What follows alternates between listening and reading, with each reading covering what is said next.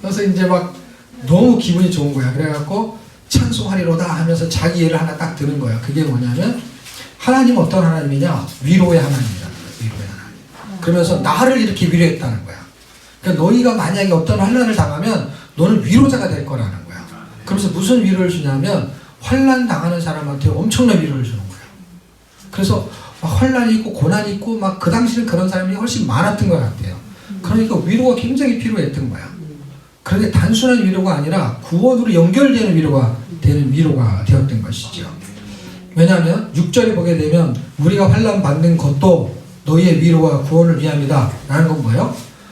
바울이 환난을 받음을 통해 가지고 그 사람들한테 위로가 되는 거예요. 그런데 그 사람들한테 구원이 연결이 되는 거예요. 그럼 똑같이 생각해 보세요. 그 사람들 중에서도 환난을 당하면 똑같은 용도로 사용이 될 가능성이 엄청 높은 거죠. 왜? 하나님의 사람한테 주는 환난은 지금 바울이 받은 거는 위로가 되고 구원이 되는데 우리가 환난을 당하면 위로가 안 되고 구원이 안 되는 게 아니라는 것이죠. 왜냐하면 그 용도로 지금 연결을 시키고 있는 거고 바울은 자기의 사례를 설명하는 거예요. 그래서 아시아에서 엄청 힘들었고 굉장히 고통을 당했다 하는 얘기를 8절, 9절, 10절 이렇게 그냥 이야기를 쓰는 거예요. 그러니까 이거는요 사실 설명할 필요가 없는데 제가 하고 있는 거예요. 왜냐하면 여기 다 설명했잖아. 다 그냥 쏜 거예요. 그냥 그대로 이걸 주석을 볼 필요도 없어요. 그냥 설명해 놓은 거예요. 그래서 제가 어떤 사람이 성경은 뭐 설명이 필요하냐 그래서 성경이 무슨 얘기냐면 성경이 설명한 게 성경이라고. 주석은 설명한 게 아니에요. 그것은 자기 생각을 쓰는 거지. 그 쓴 사람이. 성경만이 성경을 하나님의 생각을 설명해 놓은 거야. 설명. 그 위로에 대해서 설명한 거야. 구원에 대해서 설명한 거야. 근데 그걸 뭘 또 설명을 해요? 설명이 다 돼 있는 거야. 너무 잘 돼 있는 거예요. 그리고 뭐가 안 돼 있냐면 안 들어도 될 말을 안 쓴 거기 때문에 되게 좋은 거예요. 여러분 설교 들을 때도 쓸데없는 얘기 많이 하면 귀찮잖아요. 딱 듣고 싶은 얘기를 해달라는 거 아니에요. 그 얘기 그만하고, 그러니까 그거 자랑 그만하고, 그 다음에 그 주변 얘기 그만하고, 하여튼 지금 딱 20분 안에 하여튼 빨리 말을 하라는 거야. 내가 들어야 될 얘기만. 그러니까 여기는요, 들어야 될 얘기만 하고 있는데, 그러니까 인명, 지명, 사전에 대한 자세한 얘기는 디도는 어떤 사람, 이런 걸 안 쓰는 거예요. 그런 게 하나도 중요한 게 아니야. 우리는 디도는 어떤 사람이었지? 이렇게 궁금하면 되게 궁금한데 그 사람에 대한 내용을 자세히 안 쓰잖아요. 그 다음에 천국에 갔다 왔는데 천국에 궁금해 우리가. 그럼 그 내용을 자세히 써야 되는데 자세히 안 쓰잖아요. 왜냐하면 그런 게 하나도 안 중요한 거예요. 지금 이 성경은. 다시 말하면 하나님은 여기서 하고 싶은 얘기가 있는 거예요. 그건 뭐예요? 지금 여러분이 고난 중에 있느냐는 거예요. 환난 중에 있냐는 거예요. 그러면 이 고린도 후서의 하나님은 이걸 읽으면 위로를 받아야 돼요. 아멘. 근데 여기서 뭐가 궁금해요 지금? 고린도서에서 여러분 뭐가 궁금해요? 예? 지금 환란이 없으니까 환란이 없는 사람은 고린도서가 궁금한 게 하나도 없는 거예요. 예. 여기는 지금 환란이 지금 이 사람들이 당한 시험, 환란, 그들이 지금 고린도 전서가 후서로 연결되잖아요. 그들의 음행, 송사, 결혼의 문제, 뭐 그다음에 먹는 거 이게 그들에게는 환란이에요. 우리가 다른 각도에서 볼 때는 그들은 그걸 신앙생활 잘 못하는 거로 말하는 거예요. 근데 여러분 우리가 지금 옛날 일제시대 때 살았으면 그게 환란이었던 거, 신사참배 이런 거. 그럼 지금은 신사참배 없잖아요. 그때에 비해서 그런 환란은 없어요. 근데 여전히 환란이에요. 뭐가? 잘 사는 환란. 좋은 집, 잘 살고, 그러니까 예수를 잘 못 믿게 만드는 게 신사참배잖아요. 맞죠? 그 예수를 잘 못 믿게 만드는 게 이 사회 구조가 되어버렸어요.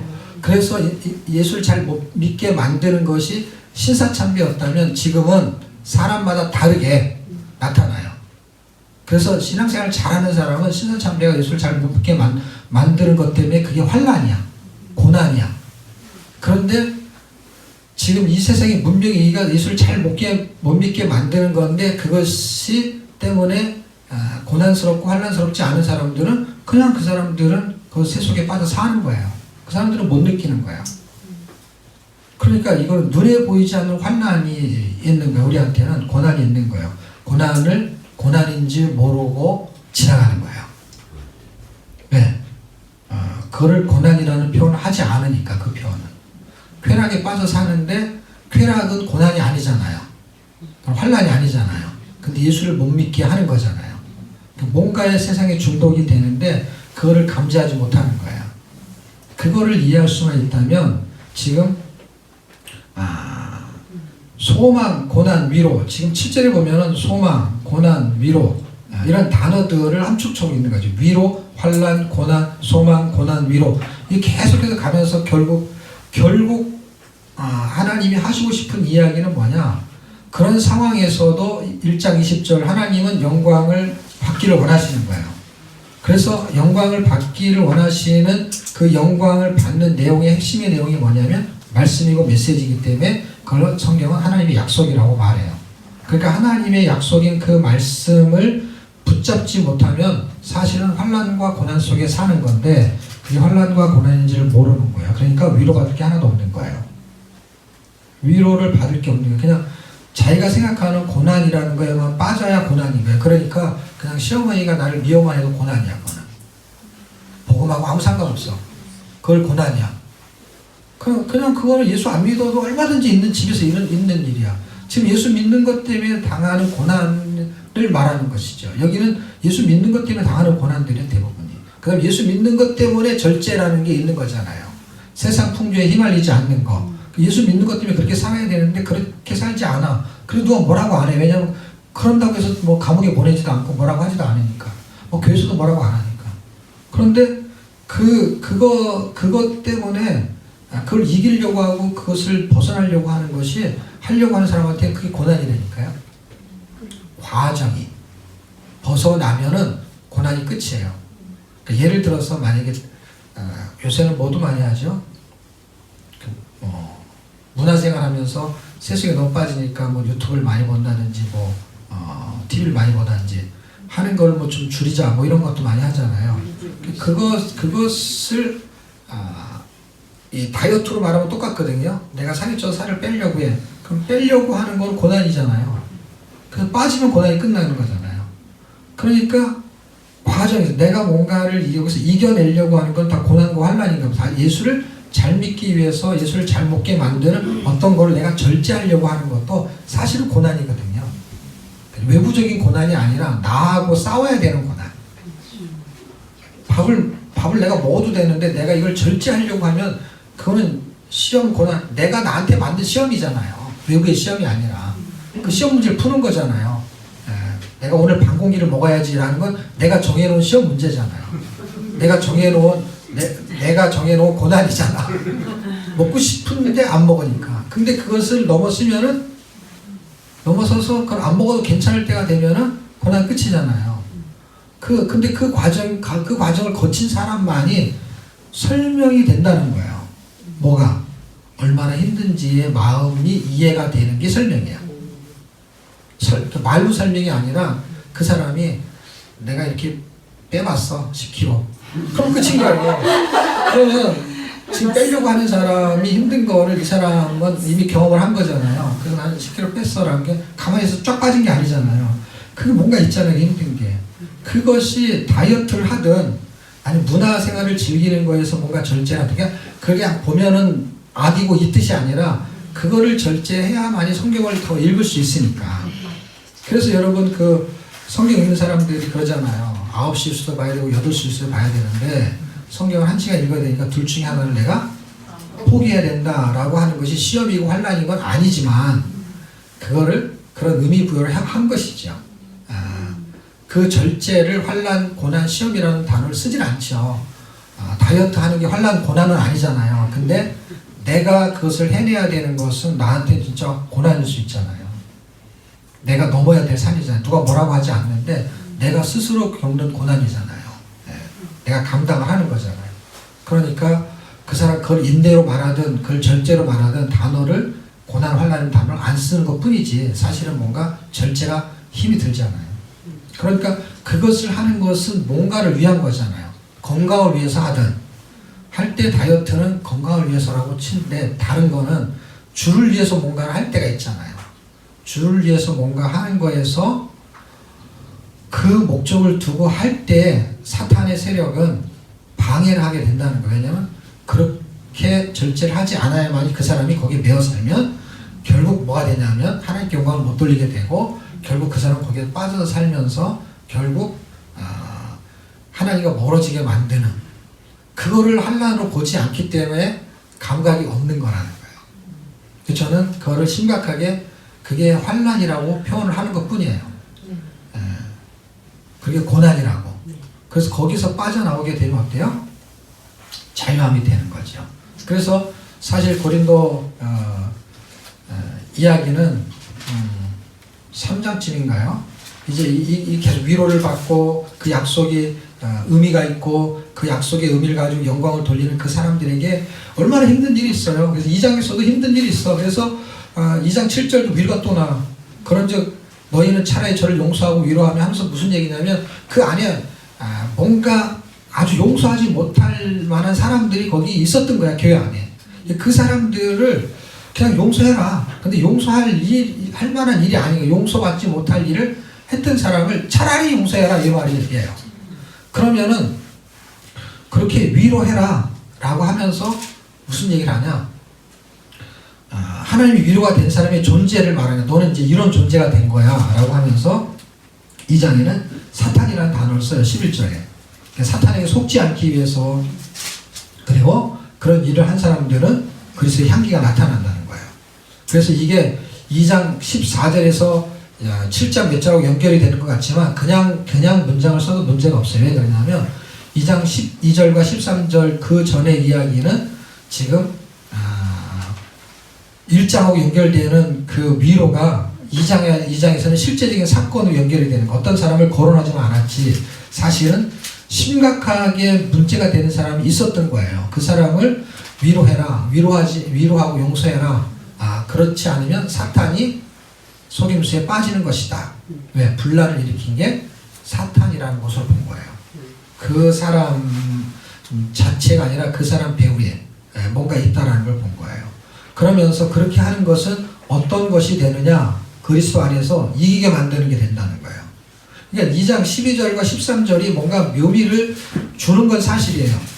이걸 그냥 7장에 있는 이야기를 다 갖다 쓴 다음에 쭉 전개시키면 되게 좋은데 글이라는 게 이 쓰는 사람의 그 필력에 따라서 달라지기 때문에 어쨌든 2장에 내오는 이야기가 그 위치가 마게도에서 만나냐 안 만나냐보다 훨씬 중요한 건 뭐냐면 그냥 2장 3장으로 계속 가도 제가 말하는 그 두째 편지 셋째 편지 이런 걸 전혀 모르고 그냥 읽어도 해석이 전혀 문제가 없다라는 게 뭐냐면 지금 이 분위기가 그래요. 그래서 문장을 해석하는 사람들이 보는 걸로 설명해서 공부를 하게 되면 2장의 이야기에서 2장 12절과 13절 그다음에 7장 이렇게 가갖고 이거를 이렇게 공부를 해야 되는구나 해서 자꾸 착각을 하는데 그걸 모른다고 가정합시다. 그런데 읽다가 뭘 알았냐면 이 편지를 쓰는 목적과 의도를 눈치를 챘어. 챈 상태에서 읽게 되면요 내용은 순서대로 읽어도 전혀 손색이 없어. 왜? 지금 아까 제가 그 설명을 하기 위해서 그 심정을 말하기 위해서 2장 12절과 13절을 설명한 것 뿐이지 그 심정을 그냥 갖고 있는 상태에서 쭉 읽게 되다 보면 그냥 말이 된단 말이에요. 무슨 얘기냐면 위로자로서 살아야 되는 사람들은 어떤 형태로 나타나냐, 사탄을 이길 수 있는 존재가 되어야 되는데 사탄을 이길 수 있는 게 사탄하고 싸우지를 못하는데 사탄은 예수 믿는 사람들에 들어와가지고 예수 믿지 않는 사람들에 들어와서 귀신 놀이를 하고 예수 믿는 사람들에게는 그의 삶의 규범을 깨트리면서 하는 거예요. 그래서 이 안에 들어오는 사람들을 귀신 들렸다라고 하는 거고 사탄의 졸개들이 귀신이잖아요. 사탄에 속지 않는다는 건 뭐냐면 사탄의 영향력을 행사하고 있는 거예요. 누굴 통해서? 예수를 믿었지만 예수를 잘 못 믿게 만드는 그 생활의 규범을 가지고 그들이 갖고 있는 생활 패턴 있잖아요. 이걸 이용해 가지고 그 사람들이 그런 일을 저지르게 만드는 거예요.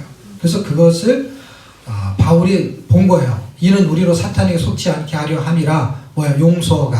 용서를 통해서 사탄을 대적하는 거야. 그러니까 사탄을 대적하는 거 우리는 기도와 말씀 이렇게만 생각하는데 지금 이 성경은 뭘 설명하냐면 용서를 사탄을 대적하는 걸로 설명하고 있어요. 용서는요 나의 의가 아니에요. 그래서 저 사람 어떻게 저걸 용서하지? 저 사람 대단하다 이렇게 생각하잖아요.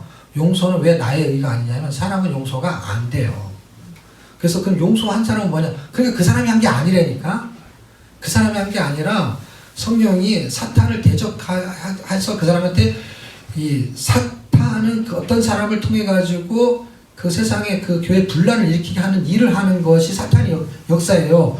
그러면 성령의 역사는 뭐냐? 용서하게 하는 게 성령의 역사예요. 그러니까 나를 통해서 역사를 한 거기 때문에 사탄을 대적한 거예요. 용서가 그러니까 내가 하는 게 아니라니까요. 용서는 못해요. 용서가 안 돼요. 그러니까 용서는요, 내 능력 바뀐 거예요. 지금 바울이 열을 낼 정도에 있는 그 용서할 만한 그 일은요, 그냥 돈 얼마 꽂았는데 갚지 않은 거 이런 게 아니라니까. 그런 거는요, 그냥 인품이 좋은 사람은 용서해요. 용서. 사람이 할 수 있는 용서가 아닌 용서를 지금 말하는 거예요. 정말 힘들어. 차라리 용서해라라는 건 뭐예요? 용서가 안 되는데 그럼 어떡할 거냐? 죽일 거야? 어떡할 거야? 차라리라는 단어에 뭐가 포함되어 있냐? 그러니까 그는 잘못한 거 다 알아. 너도 알고 다 알아. 우리 교회 다 알아. 근데 그는 어떡할 거냐고. 그러니까 죽일 거냐고 살릴 거냐고. 그냥 용서해 라는 거야. 왜? 이유가 뭐예요? 그 놈이 나쁜 놈이라서가 아니라 그 사람의 연약한 부분을 이용한 사탄을 이기려면 이 말이에요. 용서라는 거는 무조건 잘못하는 용서해라 이 뜻은 아니에요. 왜냐면 그럼 바울이 근심하도록 글을 쓰면 안 되지. 용서할 건데 뭐 괜찮아 그래야지. 괜찮아가 용서 아니에요, 여러분. 착각하는 거예요. 잘못했는데 괜찮아 그게 용서가 아니라니까요. 그가 잘못했는지를 알게 해야만이 용서예요. 생각해 보세요. 저 사람이 잘못했어요. 근데 잘못했는지를 그 사람이 몰라요. 그러면 용서라는 단어가 성립이 안 된다는 걸 아십니까? 여러분 옆에 사람이 잘못했어요. 근데 내가 용서를 해야 돼. 근데 그 사람이 잘못했다고 생각을 안 해. 그러면 용서를 주거니 받거니가 의미가 없는 거예요. 내가 돈을 꽂았는데 그 사람이 돈 안 갚아. 근데 안 갚아도 괜찮아 하는 것이 봐주는 거예요. 근데 저 사람이 나는 돈 받은 일이 없는데 라고 하면은 나 혼자 너 혼자 꿔주고 안 받고 한다는 게 뭘로 증명할 거냐는 거예요. 증명할 수 있는 기준이 뭐예요? 잘된과 잘못이 증명이 된 상태에서 용서가 벌어지는 거예요. 그러니까 하나님 우리를 용서할 때도 잘못한 것에 대한 설명을 해요. 너는 죄인이다. 어떤 죄를 설명을 하는 거예요. 그거를 용서한다라는 거예요. 근데 그걸 동의하지 않아요, 만약에. 그럼 용서가 된 거예요, 안 된 거예요? 안 된 거죠. 그러니까 예수님이 십자가에서 죽으셨어요. 뭐 때문에? 내가 너의 죄를 용서하려고 죽었다. 그런데 내가 그 죄인입니다 라는 사람 용서를 받은 거고, 내가 무슨 죄를 졌다고요? 그럼 길을 파는 사람은 용서가 된 거야, 안 된 거야? 안 된 거예요. 그러니까 지금 이 성경이 바울이 말하는 거는요, 회개의 단어를 쓰면서 뭔가를 설명할 때는 이 책에서는 정확하게 쓰고 있지는 않지만 이미 너희 죄가 어떤 죄라는 것을 설명을 다 했을 거예요. 그래서 그들이 다 알아요. 다 아는 상태에서 그들에게 그거를 용서해라 라는 거예요. 그럼 그 사람은 받든 안 받든 상관없어요. 왜냐하면 죄가 규정이 됐고, 규정이 된 것에서 내가 용서를 했으면 이 사람이 그리스도의 향기를 낸 사람이라는 거야. 2장 15절 그리스도의 향기를 낸 사람이라는 거야. 향기. 근데 그 향기가 어떤 향기냐? 구원의 향기라는 거예요. 구원의 향기. 그 사람을 구원할 수 있다는 거예요. 그래서 이 말은요, 이렇게만 쓰고 있지만 이걸 한 단어로 함축해서 쓰고, 이거는 스토리를 전개시키니까. 근데 로마서는 스토리를 전개시키는 게 아니라 법리적인 걸 쓰는 거거든요. 법리적인 걸 쓰니까 뭘 쓰냐면은 논리, 원리 이런 걸 쓰는 거야. 그러니까 복음은 이런 거야. 근데 복음은 그런 거가 풀어진 것을 쓰는 게 이거예요. 그러니까 원수를 사랑하라 라는 단어가 있죠. 그건 법리적인 거예요. 원수를 사랑하는 거에 사건이 벌어지죠. 벌어지는 건 현상이잖아요. 이 현상이 벌어진 거예요. 2장에서 원수 같은 놈이 있었는데 그것을 어떻게 하라 라고 하면 뭐가 되냐면 그 원수를 사랑한 게 되는데, 사랑한 게 되면 어떻게 되냐? 그 사람의 머리에 숯불을 얻는 것처럼 되리라 라는 것의 목적은 뭐예요? 그 영혼을 구원하는 데 초점을 뒀다라는 거예요. 그러니까 여기서 그리스도의 향기다 라는 건 뭐냐면 여기는 향기로 설명한 것이죠. 그 로마서에서는 숯불로 설명한 거예요. 그래서 이거는 무슨 향기냐? 숯불 향기예요. 그래서 사람들이 이런 걸 좋아해. 그래가지고 거기에서 무슨 냄새가 이렇게 나게 하잖아. 숯불 냄새 나는 고기 맛있잖아요. 그래서 이게 무슨 향기라고요? 네, 그 사랑의 그 용서의 숯불 향기예요. 로마서하고 이거 합쳐야 돼요. 그런 게 숯불 향기예요. 숯불 맛이, 숯불 맛이 나네. 그냥 프라이팬에서 군 게 아니네. 이거 숯으로 그걸 숯불구이라 그래. 자, 이런 사람들을 뭐라고 하냐 바울이 이런 사람들은 6절에 새 언약의 일꾼이다 라고 말합니다. 새 언약의 일꾼. 그러니까 이런 사람들에게 초점을 잡고 지금 우리한테 편지를 쓰고 있는 것이죠. 우리에게도. 그러니까 이런 사람이 많지 않죠. 근데 위로자가 되기를 원하는 거예요. 바울에게 고난이 있었어요. 근데 바울이 위로자가 됐다는 거예요. 근데 위로자 중에 위로자는 하나님인 거예요. 예수님인 거예요. 그분의 은혜로 위로자가 됐어요. 그래서 우리에게 막 어떤 사람 암에 걸렸다가 고통당하다 낫고 그런 힘든 사람들, 그래서 암에 걸린 성도를 보게 되면 기도해 줄 때도 마음이 틀리죠. 왜? 자기가 그걸 당해봤으니까. 그러니까 위로를 더 많이 받는 거야. 암에 안 걸린 사람이 기도하는 것보다 더 많이 느끼는 거죠. 그 성도가. 그것이 그리스도의 향기라는 쪽으로 설명하고 있는 거고, 그런 사람들을 성경은 뭘로 해석하냐? 새 언약의 일꾼이다라는 거. 새 언약. 그 언약. 아까 우리가 하나님의 약속이라고 2장 10절, 20절 봤잖아요. 1장. 그 하나님의 약속. 그것이 언약인 거예요. 언약. 그 언약인데 그 언약의 핵심이 누구냐? 그게 그리스도예요. 그리스도.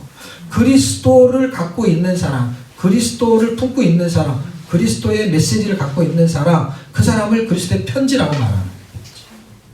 그리스도의 편지인 거예요. 그러니까 우리가 그리스도의 편지가 그냥 내가 성경이 되어버려야 되는 거예요. 성경의 말씀이 체화가 되잖아요. 그분이 말씀이신데 육신이 됐잖아요. 그러니까 말씀이 육신이 되어 우리 가운데 거하심에 라면서 그분이 우리 안에 말씀으로 들어오잖아요. 그러면 말씀이 뭐가 되냐면 육신이 되는 거예요. 다시 말하면 이 말씀이 내 안에 들어왔고 나를 말씀화시키는, 그래서 말씀이 육화됐잖아요. 그분이 내 안에 들어와가지고 나를 말씀화시키는 것이죠. 그 작업을 하는 거예요. 그래서 그분이 말하잖아요. 나를 먹어야만 산다라는 건 뭐예요? 그분의 육신이 내 안에 들어왔고 나하고 살아준다는 것은 그분처럼 되어져 가는 거예요. 그분처럼. 그분 음식이 먹는 게 그 음식의 그 성향이 나하고 영향력을 행사하거든요. 그래서 어떤 거에 영양가를 먹으면 그 영양가가 발휘가 되는 것처럼. 오죽하면은 그 막 100m 빨리 뛰어야 되는 사람들은 고기를 먹어도 그럼 빨리 뛰는 돼지고기보다는 좀 빨리 뛰는 고기를 먹어야 돼요.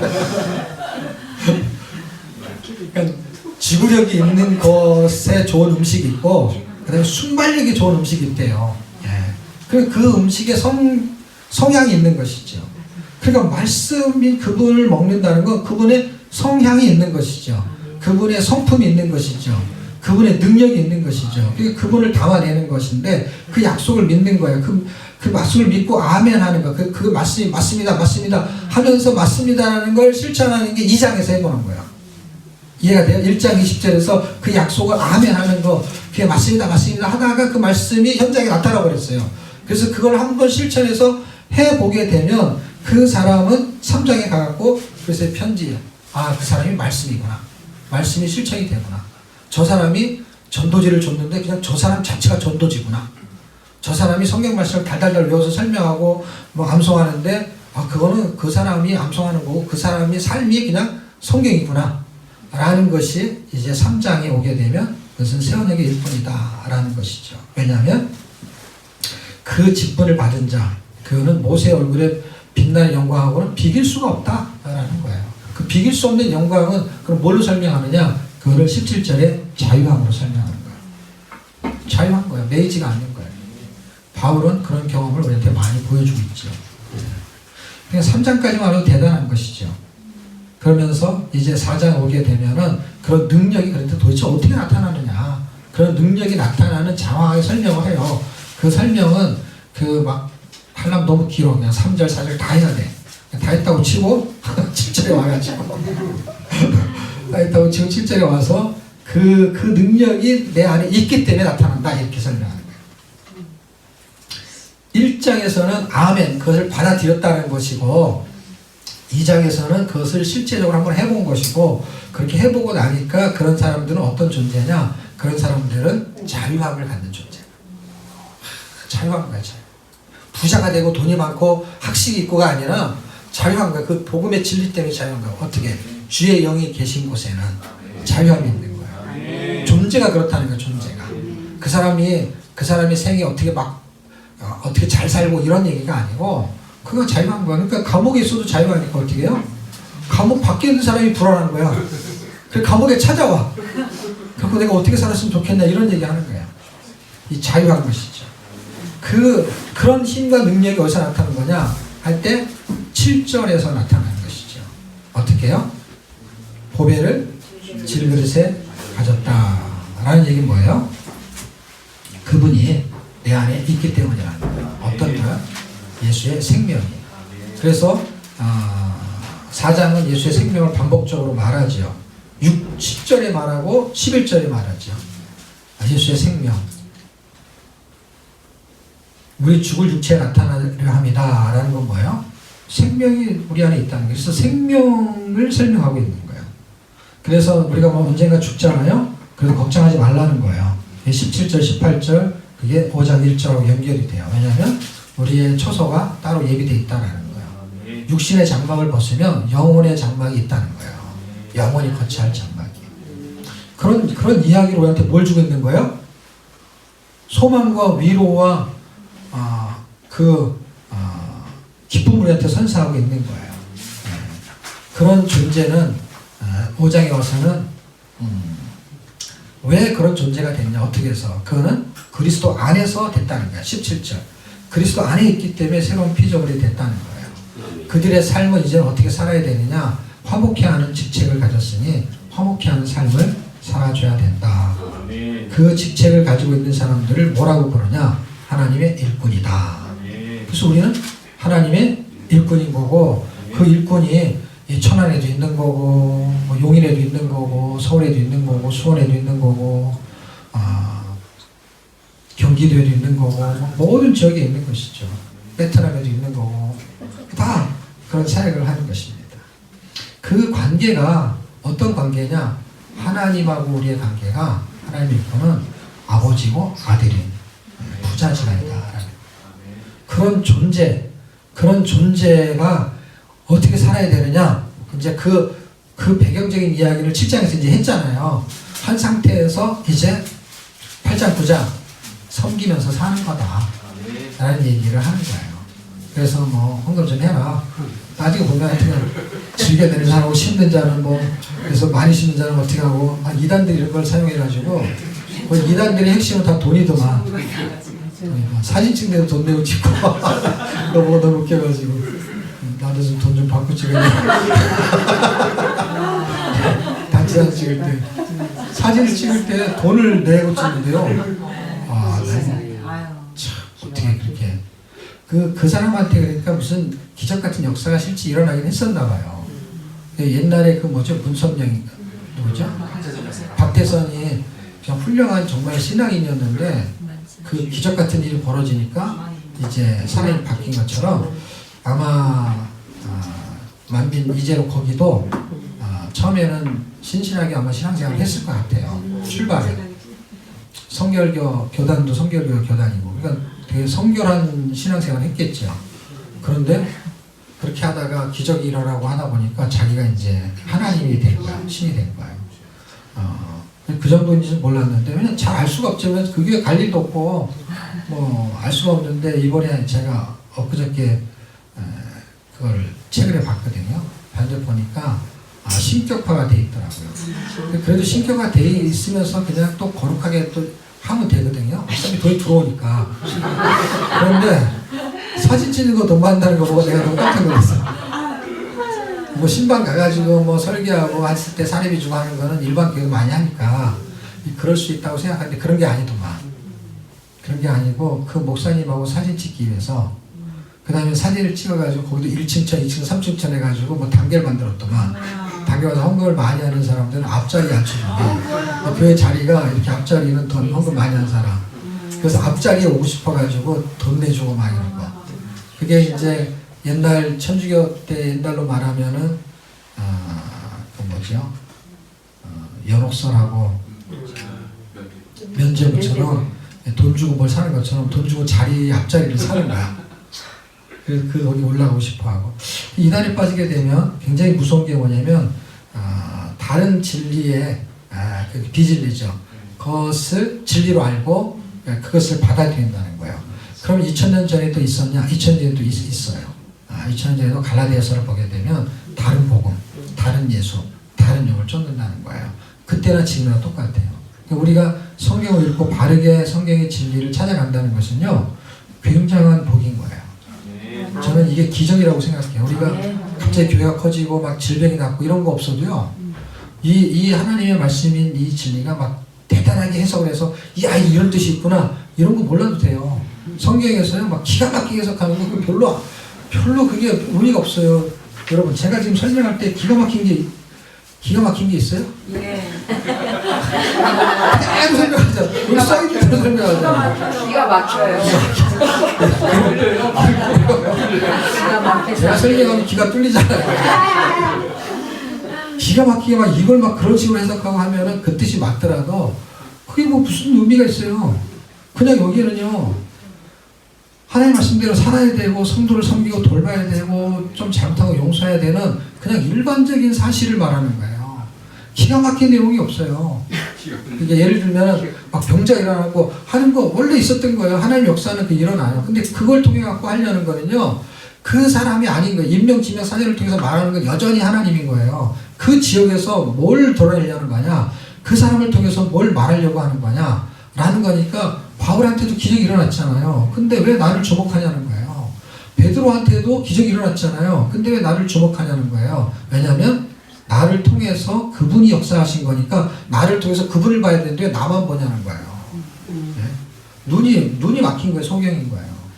근데 그것을 가로막는 게 소경인 거예요.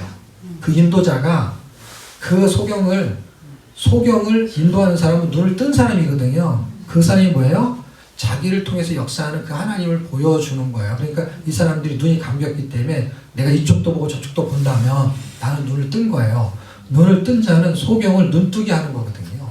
근데 소경을 더 소경되게 만들고 배나 지옥자 되게 만든다 말하는 것이 예수님의 메시지잖아요.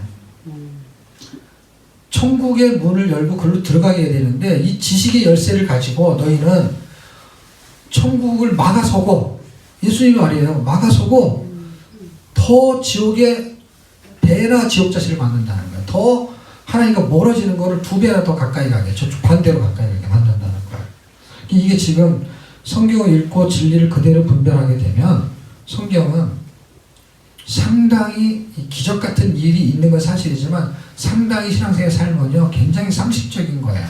단지 그 수준의 높이가 너무 높아서 그 말씀대로 사는 게 쉽지 않은 부분이 있어요. 왜냐하면 세상에 갖고 있는 지식하고는 약간 거리감이 있어요.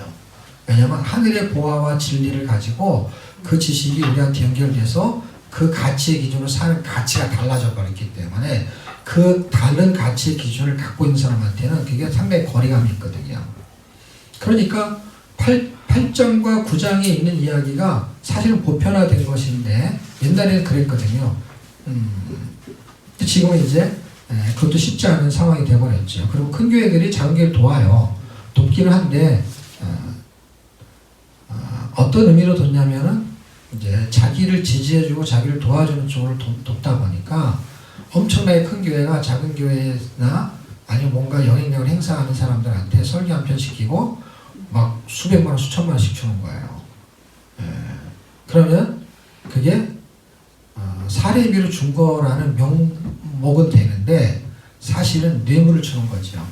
그래서 나중에 신학적으로 무슨 문제가 생기면 네가 나를 뒤를 봐줘라. 그래서 그 사람 설교를 그 사람한테만 시키는 거야. 남한테 시키는 게 아니에요. 이 교인들한테 은혜 받을 사람을 불러야 되는데 그게 아니라 내가 나중에 이 교회가 법적으로 문제가 생기면 나를 보내줄 교수를 부르는 거예요. 전부는 아니지. 그런 사람들을 하고도 할 사람은 많으니까 그 사람한테는 좀 더 돈을 더 주고 그 다음에 영향력을 행사할 수 있는 그런 작은 교회들한테 계속 헌금을 쳐가지고 투표를 할 때 부결시키지 못하게 그런 사례가 이제 큰 교단에서 있었죠. 그래서 법을 뒤집어 놓는 사건이 있었죠.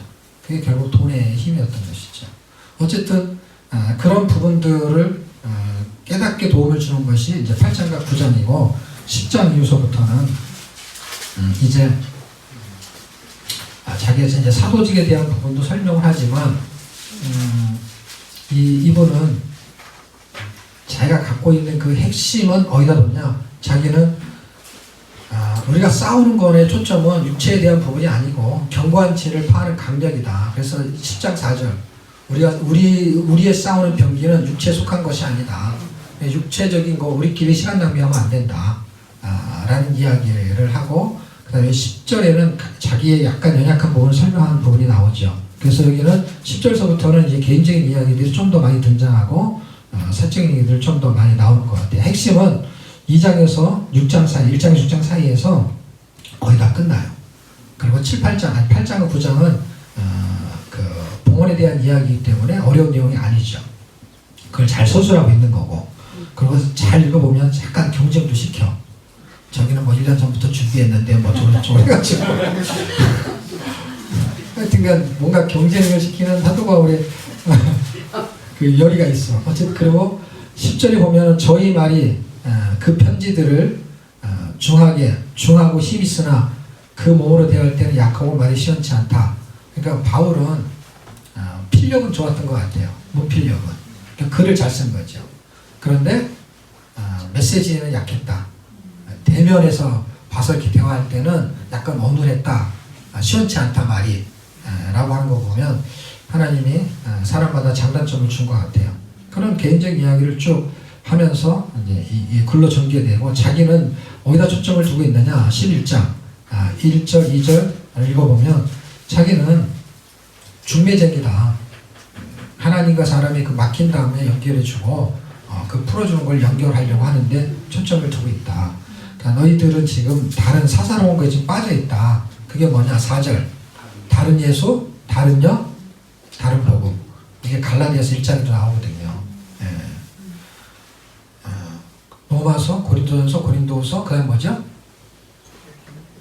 갈라디아서. 그러니까 고린도 전서를 후서를 쓰고 곧바로 갈라디아서도 지금 이게 거의 끝부분이잖아요. 11장이요. 끝부분이고 갈라디아서 1장이 처음 출발하잖아요. 그런데 거기에 이 얘기를 또 반복해요. 물론 다른 내용인데 우리가 순서대로 읽다 보면은 지금 중복되는 내용이 지금 고린도후서 뒷부분하고 갈라디아서 1장 첫 부분에 지금 이 부분을 다루고 있다는 거예요. 그래서 그냥 성경을 쭉쭉쭉 읽는 사람한테도 연결고리가 된다는 거예요. 지금 가장 핵심적인 게 뭐냐, 지금도 나는 신이다 이런 부분에 문제가 되는 게 뭐냐면 11장 4절인 거예요. 다른 사람이 다른 예수를 전하는 거예요. 내가 신이다라는 건 내가 예수다, 내가 하나님이다 이거잖아요. 그 사람이 하나님이다라는 거예요. 근데 그걸 믿는 거예요. 그것을 받아들인다는 거예요. 다른 영을 받아들이는 거예요. 다른 복음을 받아들인다는 거예요. 왜? 너희가 잘 용납하는구나 이렇게 써 있잖아요. 그걸 받아들인다는 거예요. 얼마나 무지한 상태에 있냐는 것이죠. 그러니까 3절의 이야기를 하잖아요. 옛날에 뱀이 와가지고 이게 다 사탄이 역사한다고 보는 거예요. 바울은 옛날에 그 옛뱀이 와가지고 하와를 그 미혹해 할 때 넘어갔다는 거예요. 근데 그렇게 넘어간다는 거예요. 이렇게 뻣뻣하고 딱딱한 하나님의 메시지에는 사람들이 안 넘어가요. 안 믿어요. 주일날 목사님 설교하는 거 안 넘어가요. 안 넘어가는데요. 이단이 와서 말하면 넘어가요. 그러니까 신천지로 다 빠지는 거예요. 지금 이 본질적인 진리의 말씀에 우리가 더 에너지를 왜 써야 되냐면 이 딱딱하고 별로 재미가 없는 이 말씀이 믿어지면요 기적이 일어나는 거고 이 말씀이 매력이 느껴지면 너무너무 재밌는 거예요. 그냥 딱 하고 싶은 얘기만 하는 거예요. 자기는 이게 중매쟁이라는 거예요.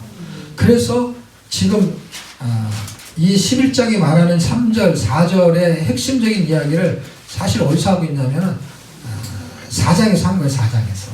4장 어디서 하는 거냐면요 4절 세상 신이 할 때 못 믿게 만드는 거예요.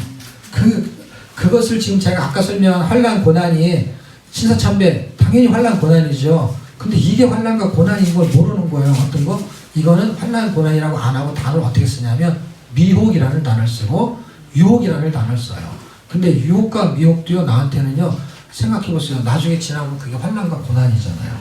처음에 이 사람들이 미혹당하고 그 다음에 유혹을 당해가지고 나는 신이다 같은 데 가서 추종하면서 빠졌다고 칩시다. 근데 그 사람들이 나오고 탈퇴하고 나와가지고 그 사람들이 뭐라 그러냐면 내가 그때 미쳤지, 내가 바보지, 내가 왜 그랬지?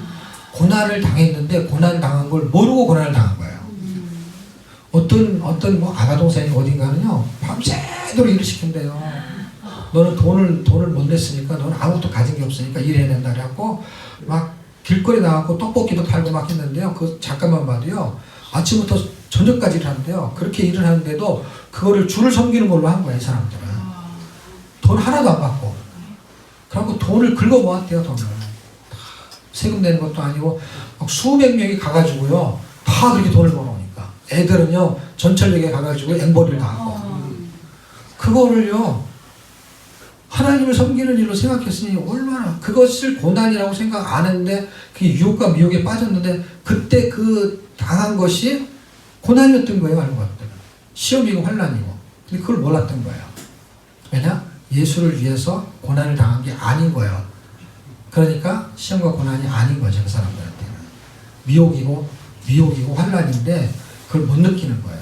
그냥 개구리를 어떻게 죽이냐면 살살 데쳐서 죽이는 거 있다 그러잖아요. 기분 좋게 죽는 거예요. 이 환난인 줄 알고 고난인 줄 알면은 그 신앙을 지키기 위해서 빠져나와야 되는데 그게 보이지 않는 거야. 이게 굉장히 무서운 거예요. 이 우리 어린 아이들 때부터 성경을 익혀가지고 이 진리를 분별할 수 있게 하지 않으면요 가장 고통이 뭔지 아십니까? 자녀가 빠지는 거예요. 그리고 설명해도 안 들어요. 목회자 가면 설명을 들을 것 같아요? 절대 안 들어요. 이미 세뇌된 사람이 부모를 안 들어요. 어떤 지도자 말도 듣지 않아요. 왜냐면 자기가 믿는 것을 이미 확증해 놨기 때문에 그 교주가 말하는 것만 믿어요. 그러니까 11장 3절에서 말하고 있는 것은 이미 누가 역사하고 있는 거냐면 4장 4절에서 역사하는 거예요. 세상 신이 믿지 못하게 만드는 거예요. 마음을 혼미케 하게 만들어요. 그래서 영광의 강체인 그리스도가 비추지 못하게 하는 거예요. 그래서 진리가 비추는 게 안 보이는 거예요. 어두운 게 보이는 거예요. 그 진리를 분별하는 이야기를 10장, 11장에서 해주고 있는 것입니다. 그러면서 그 악한 자들도 천사로 가장한다라고 설명을 하는 거예요. 가장한 거죠. 그래서 겉으로는 천사지만 안에 보면 악마잖아요.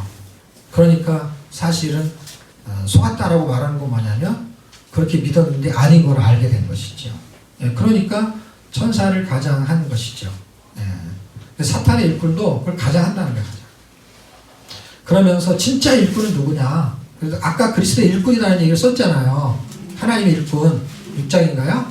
그런 사람들이라고 말하는 사람 어떤 사람이냐? 23절 쓰고 있는 거예요. 정말 하나님을 위해서 일을 한다면 고난이 있을 수밖에 없다는 거예요. 그게 위로자라는 거예요. 근데 이런 고난 당한 사람이 우리 누가 있어? 한 명도 없잖아요. 육체를 따라 자랑하는 사람만 있잖아요. 이거 좀 설명하고 있는 거예요. 교회를 위하여 염려하고 고통당하고 그러면서 자기가 12장에서 뭘 봤다는 거예요? 셋째 하늘 3층천에서 낙원에 이끌려서 말할 수 없는 말을 들었다. 사람이 가이르지 못할 말이다. 그러니까 이걸 어떻게 할 수 있느냐? 요한이 반보섬에서 환상을 본 걸 보면 지금 바울은 거의 같은 걸 봤는지도 몰라요.